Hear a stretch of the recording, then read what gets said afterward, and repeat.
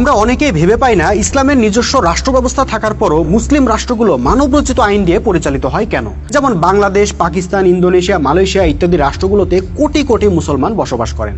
তারা আল্লাহর বিধান দিয়ে নামাজ পড়েন, রোজা রাখেন, হজ করেন, কিন্তু আল্লাহর বিধান দিয়ে রাষ্ট্র চালান না। রাষ্ট্র চালানোর কথা উঠলেই তারা গণতন্ত্র, সমাজতন্ত্র, একনায়কতন্ত্র, ধর্মনিরপেক্ষতাবাদ, পুঁজিবাদ ইত্যাদি মানবরচিত মতবাদের উপর ভরসা করেন। এমনকি এসব দেশের জনগণও গণতন্ত্রের জন্য আন্দোলন করে, গণতন্ত্রের জন্য জীবন দেয়, কিন্তু ইসলামী ব্যবস্থার জন্য আন্দোলন করে না। এর কারণ কি? মানুষের তৈরি জীবন ব্যবস্থার উপর তাদের এত ভরসা, কিন্তু আল্লাহর দেওয়া জীবন ব্যবস্থার উপর ভরসা নাই। আসলে কেন? আমি জানি অনেকে বলবেন তারা ভালো মুসলমান না, ইসলামের ব্যাপারে সিরিয়াস না ইত্যাদি, কিন্তু ভাই আসলে কি তাই? ধরেন আমাদের বাংলাদেশ, এই দেশে অন্তত 15 কোটি মুসলমানের বাস। এই মুসলমানরা নামাজ, রোজা, হজ, জাকাত কোনটা করে না বলেন তো? ব্যক্তিগত যত আমল সবই তো করে, সিরিয়াসলি করে। প্রতি বছর হাজার হাজার মসজিদ বানায়, বড় বড় ইজতেমা করে, এক একটা ওয়াজ মাহফিলে লক্ষ লক্ষ মানুষের সমাগম হয়। সমাজের প্রভাবশালী নেতা, সরকারি কর্মকর্তা, বড় বড় ব্যবসায়ী তারা কোটি কোটি টাকা মসজিদ মাদ্রাসায় অনুদান দেয়। এসব কি এমনি এমনি? অবশ্যই ইসলামের প্রতি তাদের ভালোবাসা আছে, বিশ্বাস আছে, কিন্তু সেই ইসলাম দিয়ে রাষ্ট্র চালানোর কথা উঠলে তারা আর ভরসা পান না। প্রশ্ন হলো কেন ভরসা পান না? আসলে মূলত 3টা কারণে তারা ইসলামকে রাষ্ট্র ব্যবস্থার জায়গায় কল্পনা করতে পারেন না। আপনি কি জানতে চান সেই কারণগুলো কি কি? তাহলে ভিডিওটা শেষ পর্যন্ত দেখতে হবে। বন্ধুরা, ইসলামী রাষ্ট্র ব্যবস্থার জন্য সবচেয়ে গুরুত্বপূর্ণ অবদান কারা রাখতে পারতো বলেন তো? ঠিক ধরেছেন, আমাদের ধর্মনেতারা। কিন্তু বাস্তবে তারা কি করছেন খেয়াল করুন। ওনারা ইসলামকে শুধুই ব্যক্তিগত মাসলা মাসাইলের বিষয় হিসেবে উপস্থাপন করে আসছেন যুগের পর যুগ।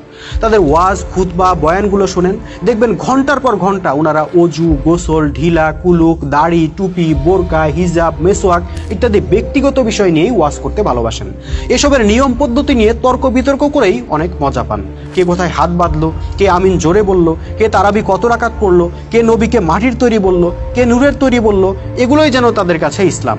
এসবের বাইরে জাতীয়, সামরিক, অর্থনৈতিক, বিচারিক ইত্যাদি সকল অঙ্গনে ইসলামের যে হুকুম বিধান আছে, ইসলামের যে আইন কানুন আছে, ওনারা সেগুলো বলেনই না।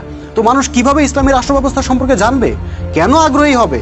কাজে যারা রাষ্ট্র নিয়ে মাথা ঘামান, অর্থনীতি নিয়ে মাথা ঘামান, বিচার ব্যবস্থা নিয়ে মাথা ঘামান, প্রতিরক্ষা নিয়ে মাথা ঘামান, তারা ইসলামের মধ্যে সমাধান না খুঁজে স্বাভাবিকভাবেই পশ্চিমা গণতন্ত্র, সমাজতন্ত্রের মধ্যে সমাধান খুঁজে বেড়ান। তবে হ্যাঁ, কিছু ধর্মীয় সংগঠন অবশ্য মিনমিন করে ইসলামী রাষ্ট্র ব্যবস্থার কথা বলার চেষ্টা করে বা রাষ্ট্রীয়ভাবে আল্লাহর আইন চালু করার কথা বলে থাকে, কিন্তু দুঃখজনক বাস্তবতা হলো তাদের আবার আরেক প্রবলেম। আসুন দেখা যাক তাদের কি প্রবলেম। বন্ধুরা, আমাদের দেশের কিছু ধর্মীয় সংগঠন ইসলামী রাষ্ট্রের কথা বললেও ইসলামকে ওনারা কখনোই সার্বজনীন জীবনাদর্শ হিসেবে উপস্থাপনই করতে পারেননি। দেখেন, রাষ্ট্র চালানো কিন্তু মসজিদ মাদ্রাসা চালানোর মতো বিষয় না। রাষ্ট্র জিনিসটা কিন্তু সার্বজনীন বিষয়। এখানে সকল দল, সকল মত, সকল ধর্ম, সকল বর্ণের মানুষের সম্মিলিত প্রতিষ্ঠান হলো রাষ্ট্র। কাজে আপনি যখন ইসলামকে রাষ্ট্রের জন্য প্রস্তাব করবেন, তখন সেই ইসলামী ব্যবস্থাকেও সকল দল, সকল মত, সকল ধর্ম, সকল বর্ণের মানুষের জন্য উপযোগী হিসেবে উপস্থাপন করতে হবে, যা ইসলামী সংগঠনগুলো করতে চরমভাবে ব্যর্থ হয়েছেন। কিভাবে ব্যর্থ হয়েছেন? দেখেন, এই ইসলামী সংগঠনের নেতাকর্মীরা ভিন্ন মতের ও ভিন্ন বিশ্বাসের প্রতি কেমন মনোভাব লালন করেন তা আমরা সবাই জানি। তারা অমুসলিমদের সম্পর্কে কেমন দৃষ্টিভঙ্গি লালন করেন সেটাও আমরা জানি। তারা অমুসলিমদেরকে মালু বলে গালাগালি করেন এবং মুসলিমদের মধ্যেও যারা তাদের প্রতি ভিন্ন মত লালন করে তাদেরকে নাস্তিক, কাফের, মুরতাদ, ইহুদির দালাল ইত্যাদি বলে আখ্যা দেন।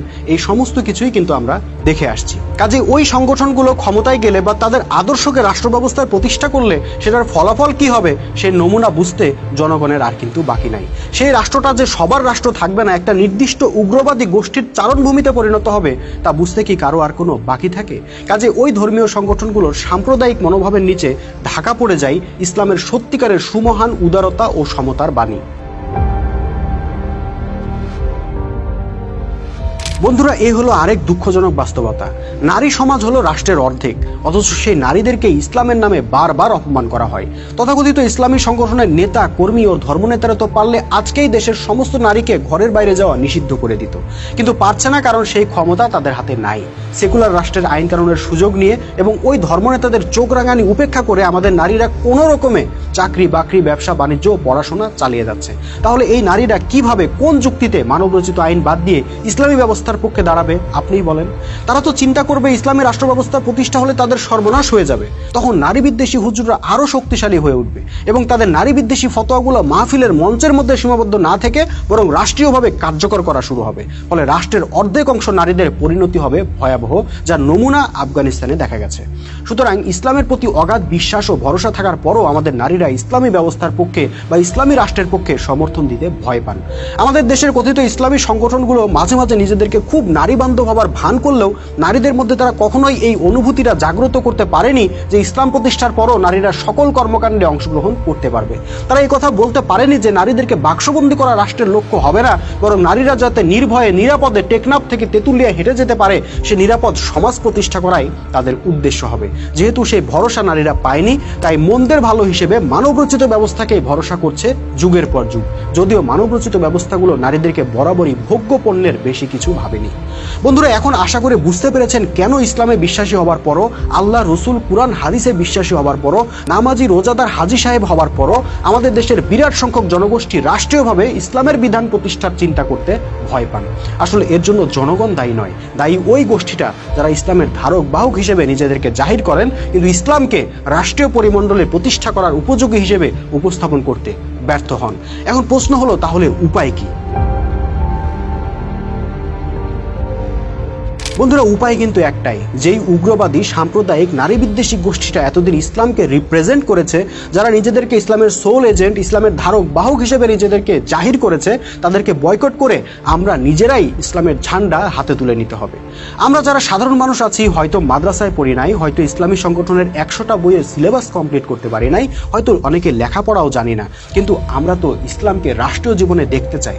আমরা তো আর নারী বিদ্বেষী নই, আমরা তো আর অমুসলিমদেরকে ঘৃণা করা শিখি নাই, আমরা তো মানবাধিকারে বিশ্বাসী। কাজে আমরা কিন্তু চাইলেই ইসলামকে আধুনিক প্রগতিশীল জীবন ব্যবস্থা হিসেবে বিশ্ব দরবারে তুলে ধরতে পারি।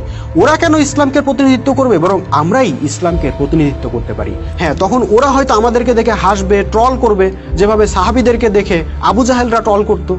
তারা হয়তো বলবে, তোমার তো মিয়া আরবি উচ্চারণই ভুল, তোমার তো দাড়িই নাই, তুমি তো মাদ্রাসাতেই পড়ো নাই, তোমার তো পেটে বোমা মারলেও আরবি বের হবে না, ইত্যাদি। কিন্তু মনে রাখতে হবে, 1400 বছর আগে প্রথমবার যখন ইসলাম প্রতিষ্ঠা হয়েছিল, সেটা কিন্তু মুফতি মাওলানা বা ডক্টর ব্যারিস্টার দিয়ে হয় নাই, হয়েছিল সাধারণ মানুষদেরকে দিয়েই। আমি অনেক সময় চিন্তা করি, রাসূল সাল্লাল্লাহু আলাইহি ওয়াসাল্লাম যে নবী হবেন সেটা তো আল্লাহ জানতেন, তাহলে আল্লাহ কেন ছোটবেলা থেকেই রাসূল সাল্লাল্লাহু আলাইহি ওয়াসাল্লামকে লেখাপড়া শেখানোর ব্যবস্থা করে দিলেন না? আবু জাহেল লিখতে পড়তে পারতো, কিন্তু রাসূল সাল্লাল্লাহু আলাইহি ওয়াসাল্লাম পারতেন না। আল্লাহ কেন এমনটা হতে দিলেন? আসলে এখন বুঝি, আল্লাহ এটা পরিকল্পনা করে, ইচ্ছা করেই এটা ঘটিয়েছিলেন। কারণ আল্লাহ একটা ঐতিহাসিক শিক্ষা আমাদেরকে দিতে চেয়েছিলেন যে আমার দিন প্রতিষ্ঠার জন্য আমার নবীকে অনেক বড় ডক্টরেট হতে হয় নাই, অনেক বড় মুফতি মাওলানা হতে হয় নাই, এমনকি অক্ষর জ্ঞানও প্রয়োজন পড়ে নাই। সুতরাং তোমাদেরও কিছু লাগবে না, তোমরা সাধারণ মানুষরাই দিন প্রতিষ্ঠার জন্য যথেষ্ট হবে যদি মোমেন হতে পারো, যদি জানমাল দিয়ে সংগ্রাম করতে পারো। এতে আবু জাহেলরা যতই ট্রল করুক, বিজয় তোমাদেরই হবে।